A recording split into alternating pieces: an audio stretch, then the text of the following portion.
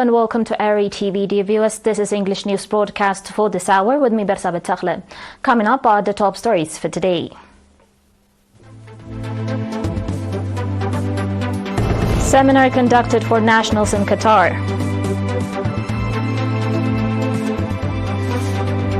Awards provided to outstanding students in the Central region. Russia's comprehensive treaty with Iran will include defense cooperation. And dozens killed in Pakistan sectarian violence. On your domestic reports, Mr. Yusuf Sail, head of organizational affairs of the PFDJ, conducted a seminar for participants of the 30th annual festival of the Eritrean community in Qatar.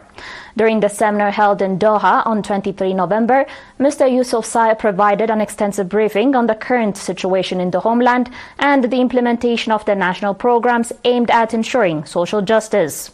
He also discussed regional developments and their implications. Mr. Yusuf highlighted the government of Eritrea's substantial investments in establishing social service institutions, including those focused on education, health, potable water projects, and energy. He noted the commendable achievements made in these areas and elaborated on future projects targeting remote areas of the country. Emphasizing the importance of strengthening Eritrean communities abroad, Mr. Yusuf stated that doing so reinforces their bond with their homeland. He urged nationals to enhance their organizational capacity, unity, and active participation in national affairs. The participants expressed their commitment to increasing their involvement in the implementation of national development programs.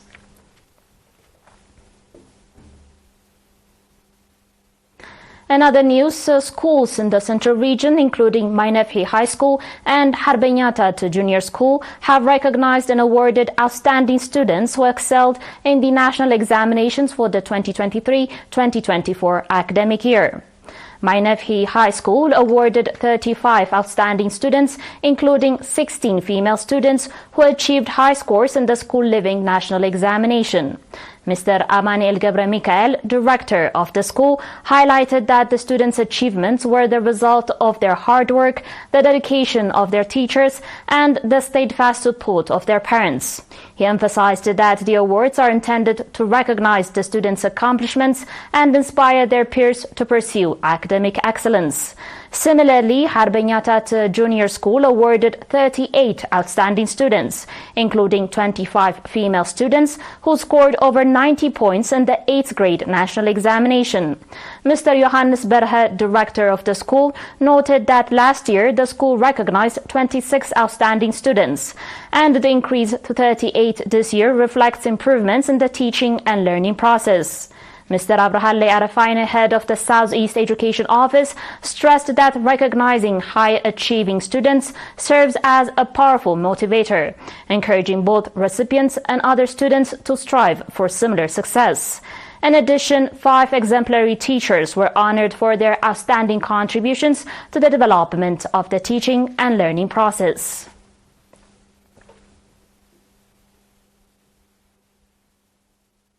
Dear viewers, do stay tuned for your international reports and more after the short break.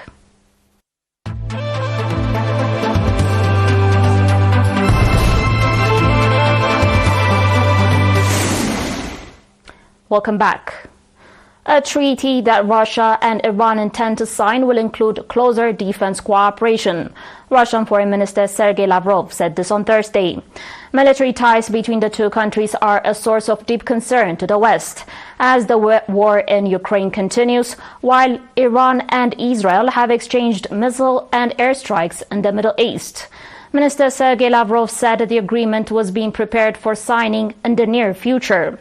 Russia has said it expects Iran's president to visit Moscow before the end of the year. Russia has deepened its ties with Iran and North Korea, which are both strongly antagonistic toward the United States since the start of its war with Ukraine. President Vladimir Putin and North Korean leader Kim Jong-un signed similarly titled comprehensive treaty in June, including a mutual defense clause. And the USA and NATO say Pyongyang has sent some 10,000 soldiers to Russia for possible deployment in the war.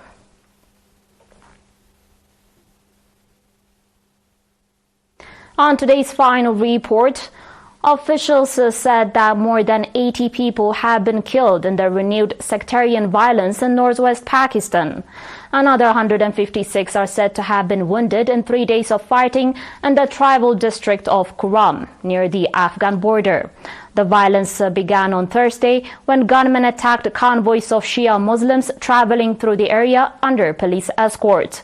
More than 40 died in that incident, which triggered revenge attacks. Shia and Sunni Muslims have engaged in tribal and sectarian rivalries over land disputes for decades.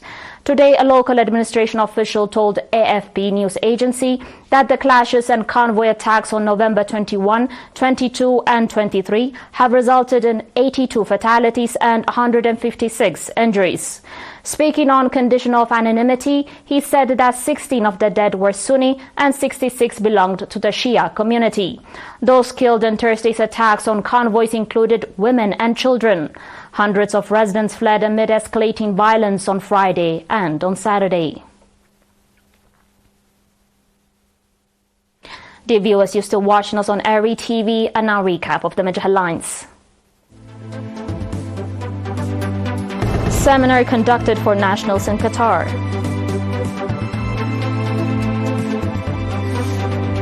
Awards provided to outstanding students in the Central Region.